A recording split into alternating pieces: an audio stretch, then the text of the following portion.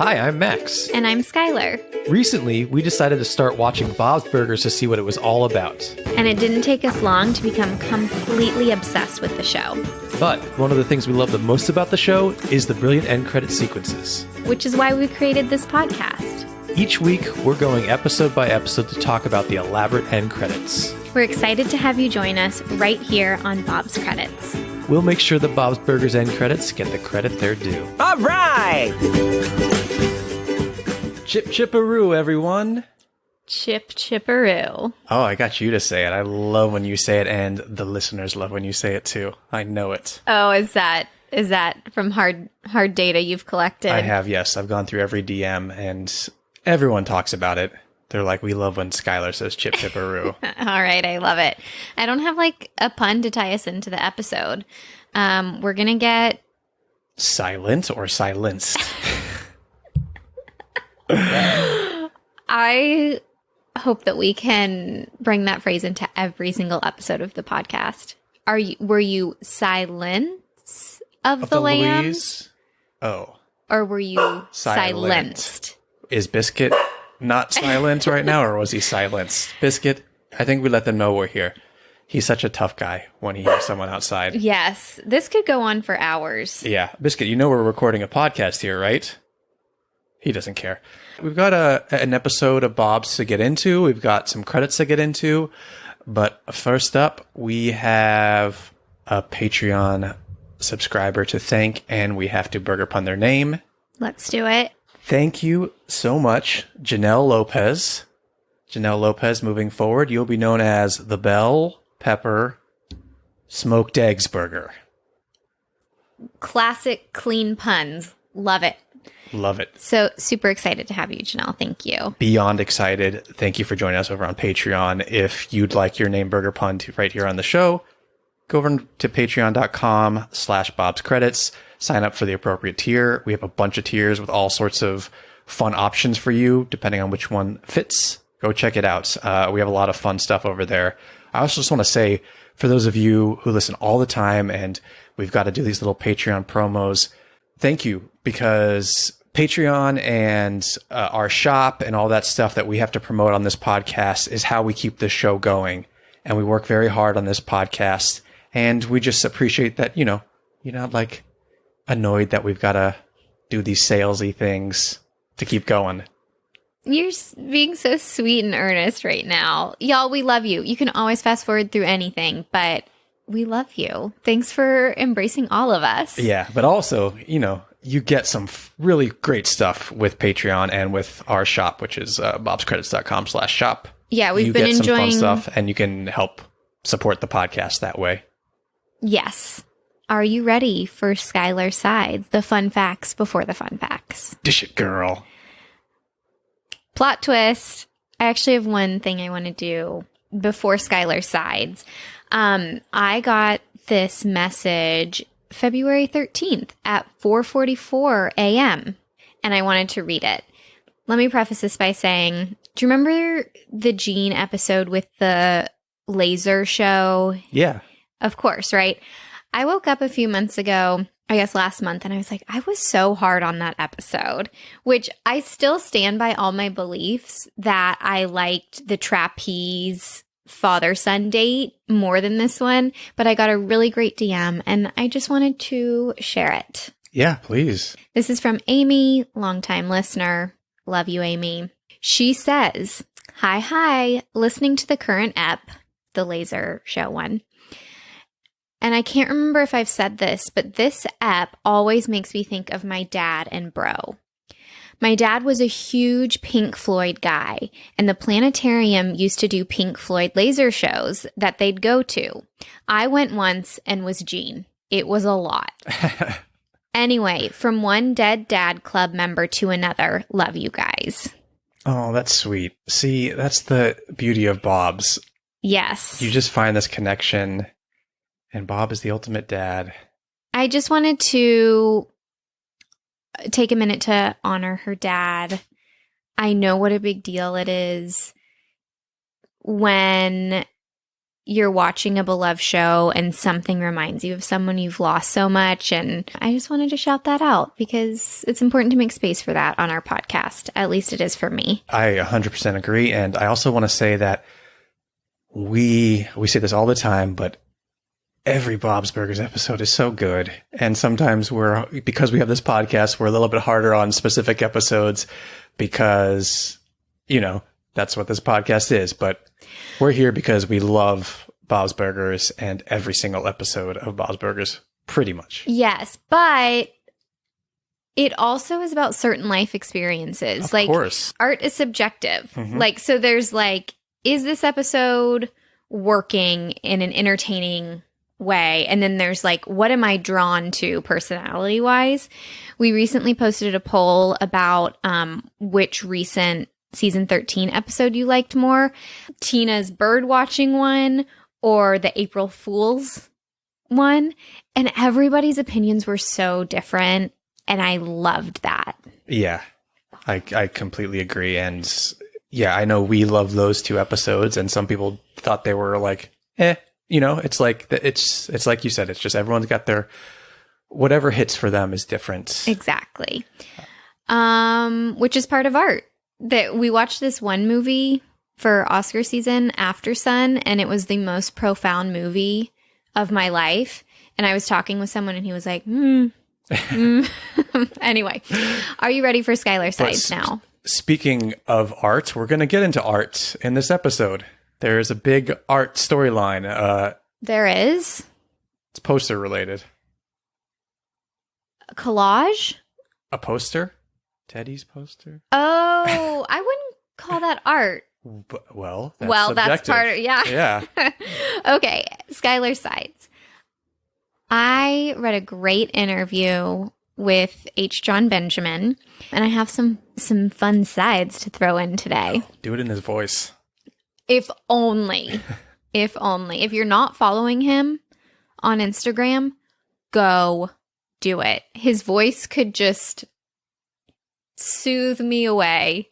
Anyway, he was asked, why does this show have so much longevity? Right?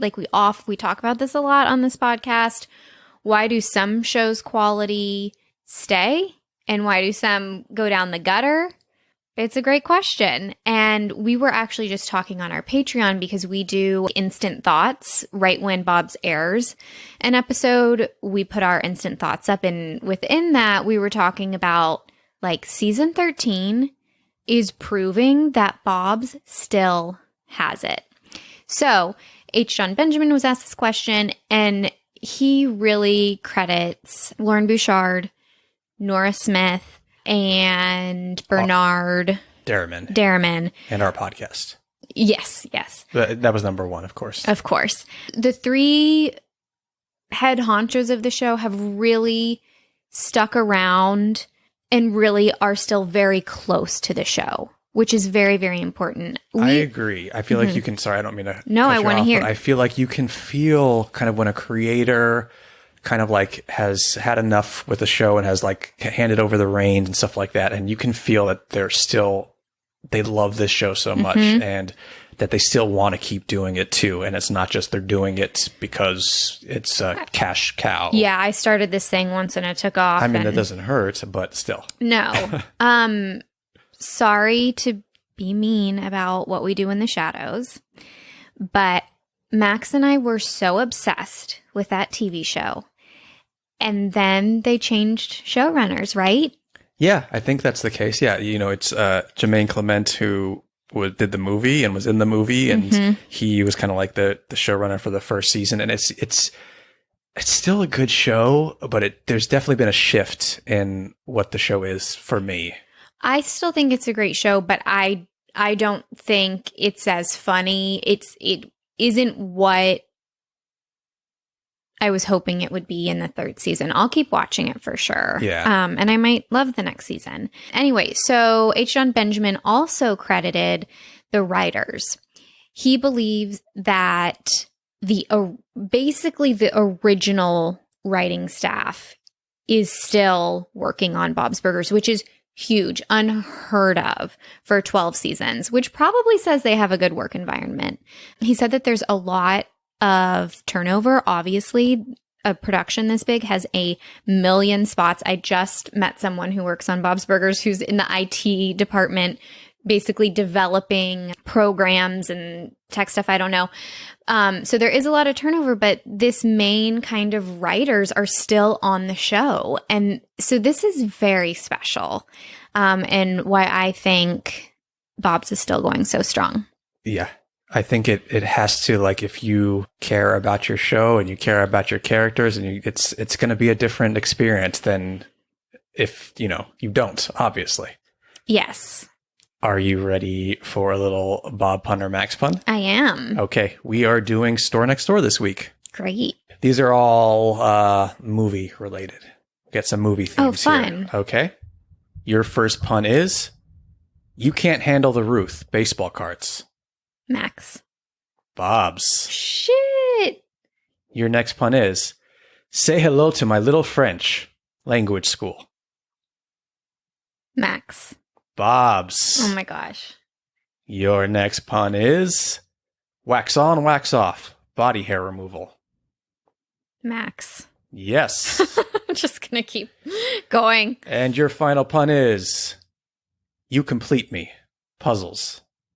Oh, that's so good.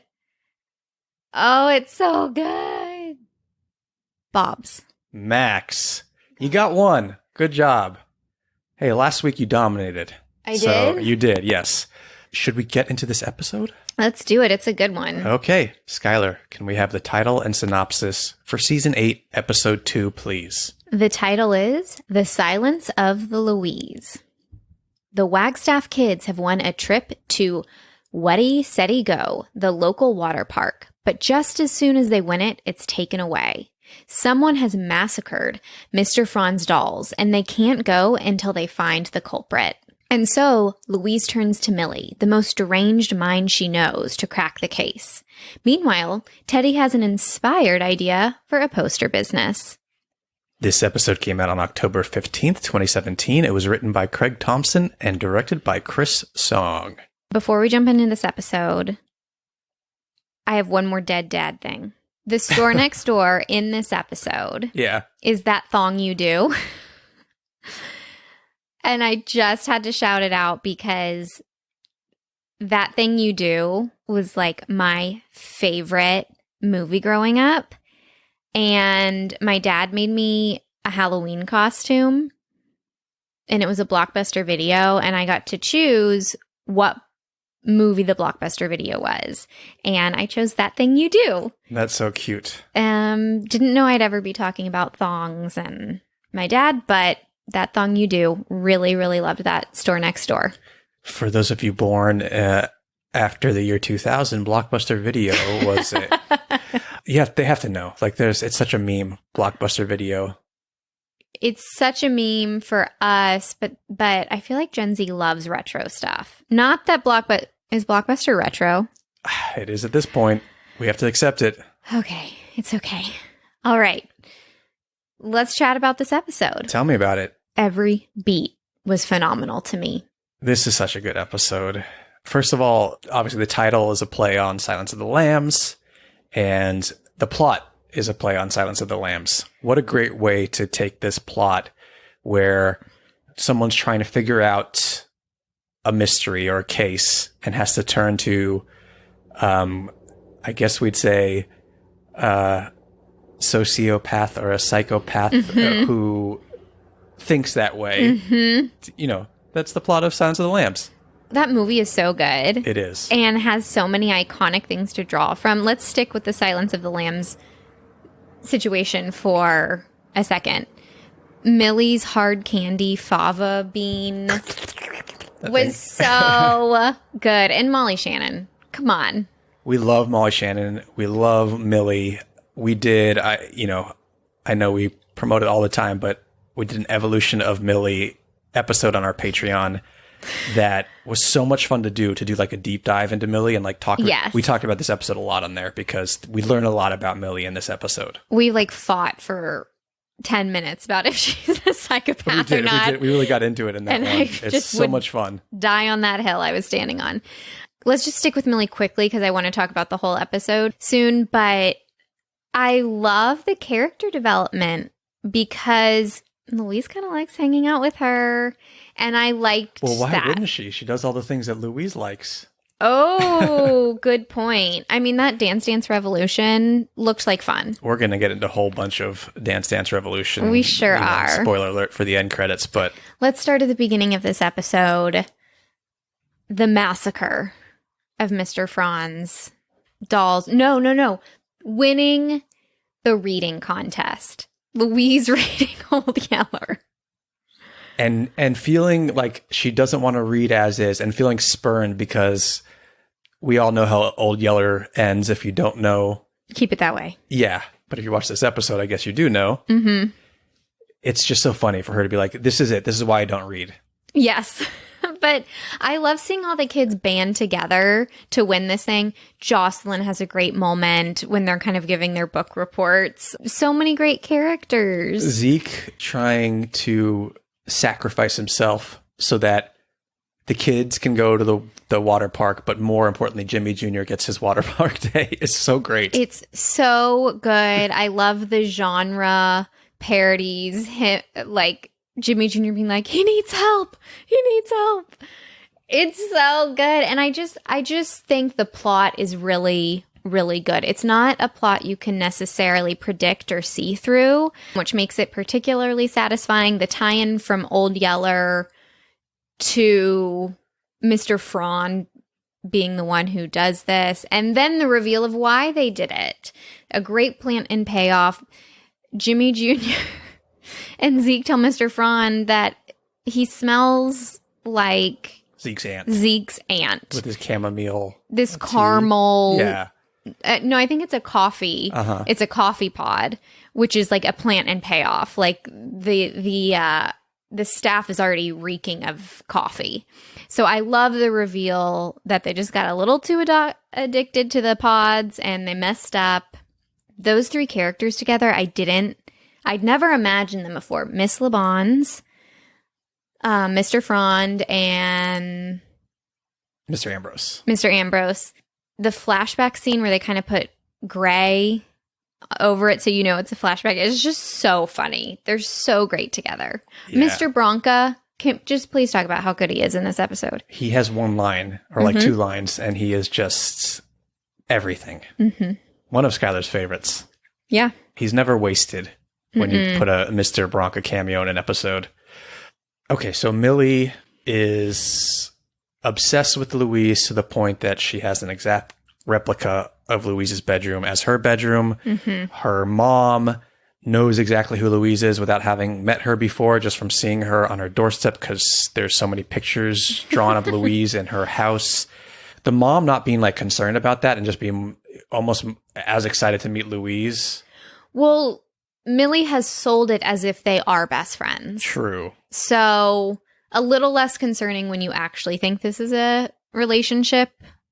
Yeah. You know? Yeah. I like how Millie kind of refers to Jean and Tina as not Louise.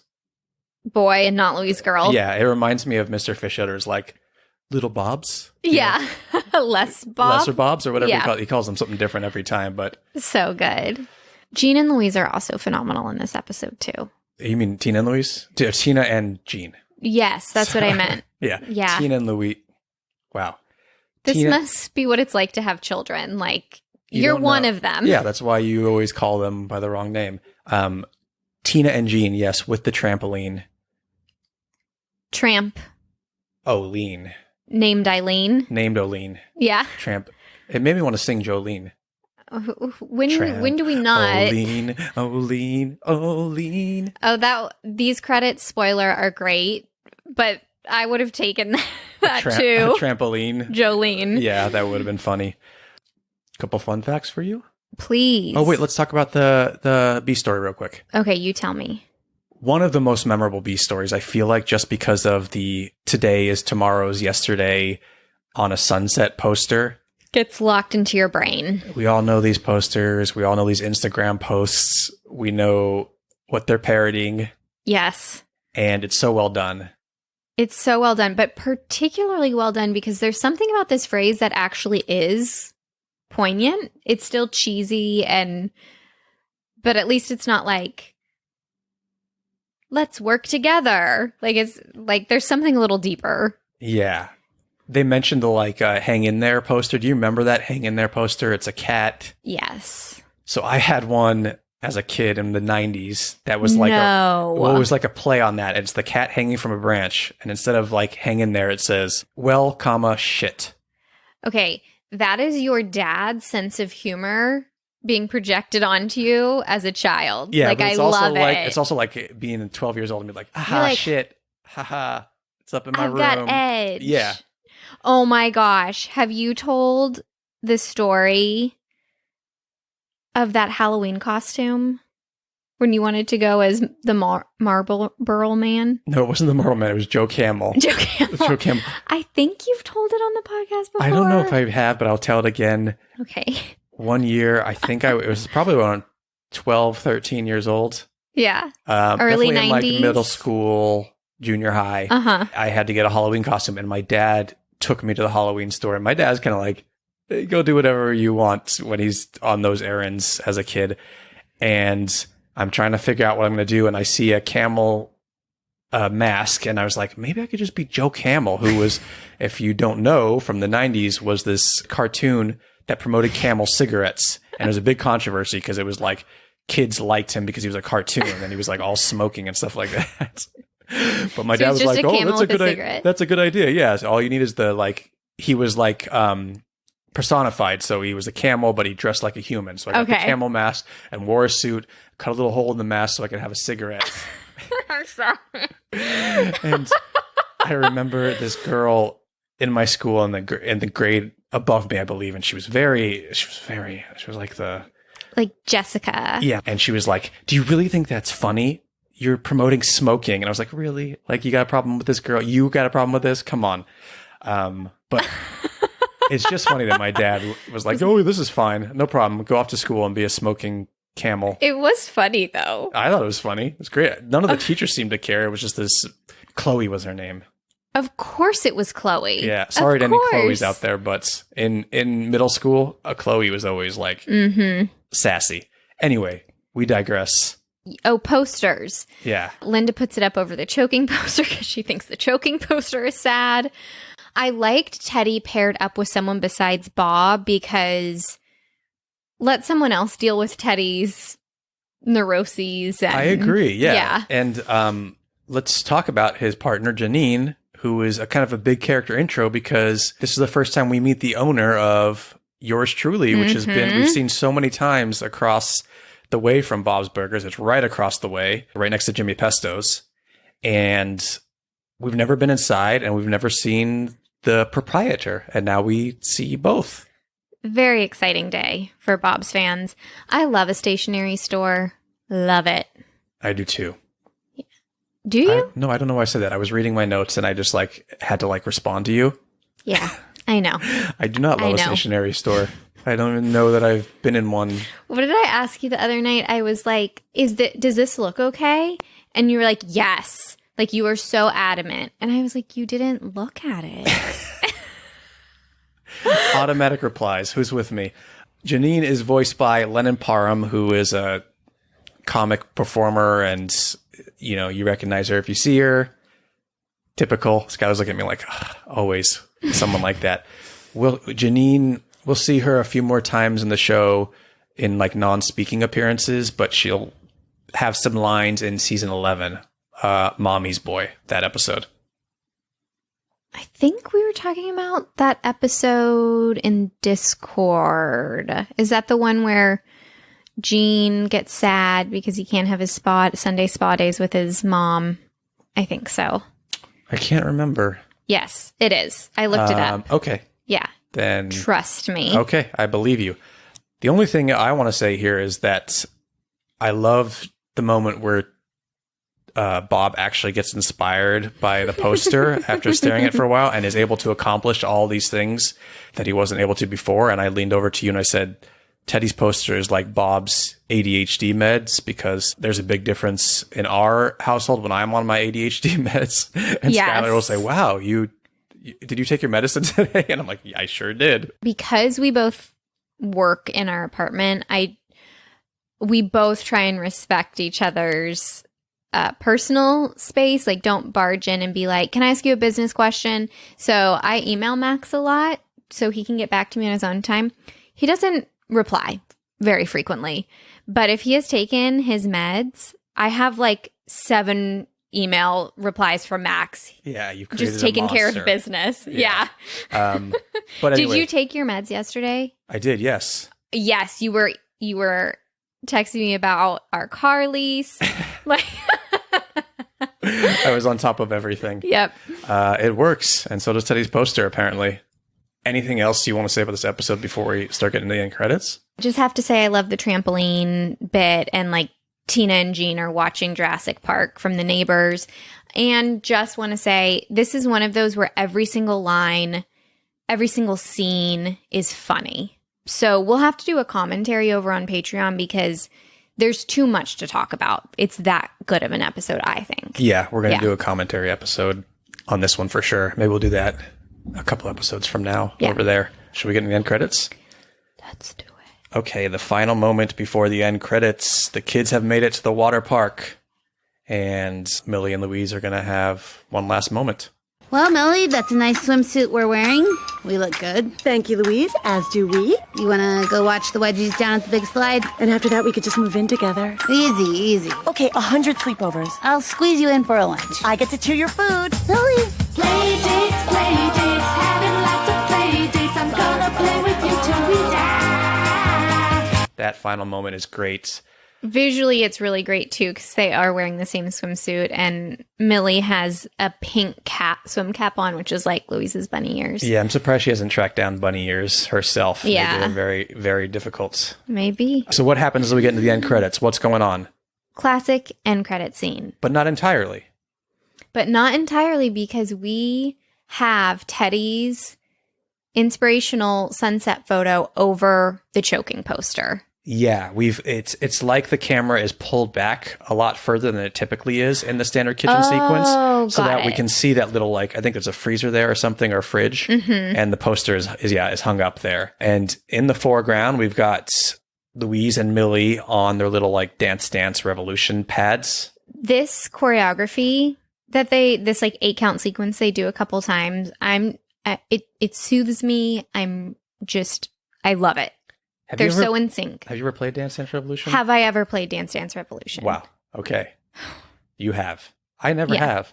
What? Yeah, I never played It's it. so addicting. Oh, we should go play. You want to go to Dave & Buster's after this? Yeah. You would have so much fun. Skylar and I went to Dave & Buster's once for a friend's birthday, and we played this racing game, and it takes a picture of your face for like when you're but for some reason the screen froze, and Skylar's face was like on the screen permanently. hours. Yeah, every time we walked by, it was Skylar's face, and it had a really funny like racing face. Good story, Max. Good story. Yeah, so that's the scenario. We got Teddy is through the service window in his normal seat eating a burger. And I said, what is Teddy doing, Max? Yeah, because things are going to start happening. And we got this lovely Playdate song, which we heard as a montage in the think episode. Lovely undersells it. It's a fantastic song. It's a fantastic song. My favorite part is like, till we die. It's so perfect because it's so Millie. Should we see what else happens here? There's a lot going on. Play dates, super fun play dates. Gonna play together until we die. This is where Teddy started doing something and you were like, what is going on? And he's like, his mouth is going real wide, and then he's like pointing to himself, and then even Linda makes her way into the window and looks at him and kind of like calls out to Bob. And look at what you freezed on. Bob running. Hysterical. Yeah, Bob turns to run out of the kitchen to go see what's wrong with Teddy. Play dates, having lots of play dates. Gonna play with you till we die. This is so good. So Bob like kind of hits him on the back to try and get him to Teddy to stop choking. As one would do if you didn't know what to do. Yeah. This reminds me that I signed up for that online CPR course. You and I are both going to You sit and learn did? it. Yes. But this is what happens when you have OCD, but I feel very strongly I need to learn the Heimlich maneuver for Biscuit. And Yeah. that's not even funny. We're going to do dog CPR too. Anyway, Bob gets over there. It's not working. Then he remembers, oh, I've got a choking poster, which he then has to run into the kitchen. By the way, Louise and Millie just dancing, doing their Dance Dance Revolution throughout all of this.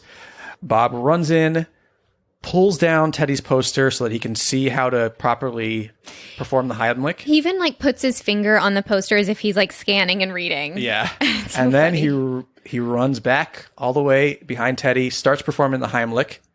Linda's just watching all this happen. Tina's just prepping burgers. I'm wondering if she's daydreaming about. Yeah, she's definitely thinking about jumping on a trampoline, probably. No, she's thinking about Jimmy Jr. in his bathing suit. Yes. I just have to point out because that was such an effing funny moment. When they're at the water park, Tina looks ridiculous. She looks awkward teenager, awkward preteen all the way. Goggles, and, one piece, snorkel. Yeah. Jimmy Jr. walks by and she's like, oh, Jimmy Jr. Yeah. Like, because you want to hang out with your crush at the water park. Of course. Hysterical. And we haven't seen Jean yet. But let's see how this all finishes. Playdates, playdates, super fun playdates. Gonna play together until we die. How does that all end there? Okay, so Bob does the Heimlich maneuver. A large piece of burger shoots through the kitchen window, lands kind of in between the Dance Dance Revolution mats that Louise and Millie are playing on. And then Jean starts walking by, classic, right to left. Here's the problem. I got really worried Jean was going to pick that hamburger up and eat it. I did, and he still might, because as he's walking by, he actually turns and looks at it. Oh, no. I hope he did not eat it, but I could see that happening. Oh, my gosh. Do you want the lyrics to Playdates? I don't think I need them, but I love hearing them, so go ahead. You pretty much got it. It's Playdates, having lots of playdates. I'm going to play with you till we die. Playdates, super fun playdates, going to play together until we die. Just I that. love it. Yeah. I love it. I love the performance of it so much. It's the perfect montage song, too. Here's my thought. Yeah. Louise invited Millie over. I'm proud of her. Yeah, but she made her bring Dance Dance Revolution. Yeah, she's she made using her bring her, the pads. I don't know but where she likes her. They set it up in the kitchen somehow. Bob's like, please don't. Okay. Yeah, I love that we make these end credit sequences real. In our Sorry, we do it. That's what we do. That's what this Sue podcast us. is for. Don't sue us. Don't sue My us, OCD please. is like, yes, don't sue us. please, nobody out there sue us, please. We're begging you. I don't want to do highlights or lowlights because I honestly don't have any highlights. It's perfection. Sorry, I don't have any lowlights. Have so many highlights. Should we score them? Yes. We score on a scale of 1 to 10 H's at the end of Tina's Ready? Together? 1, 2, 3, 10. Yes. 100%. Iconic. Let's talk about it real quick. I love a standard kitchen sequence. I love the song. I love all the it has references to both stories. And continues to the plot. And it's like such a good. You know what this reminds me of? Like a tag at the end, like in classic comedies like The Office, there'll be a tag. Usually it does relate to the A or B plot. So this is almost, instead of the end credits, it's almost like a tag because you're taking a joke planted in the episode and continuing on it, and it's perfection.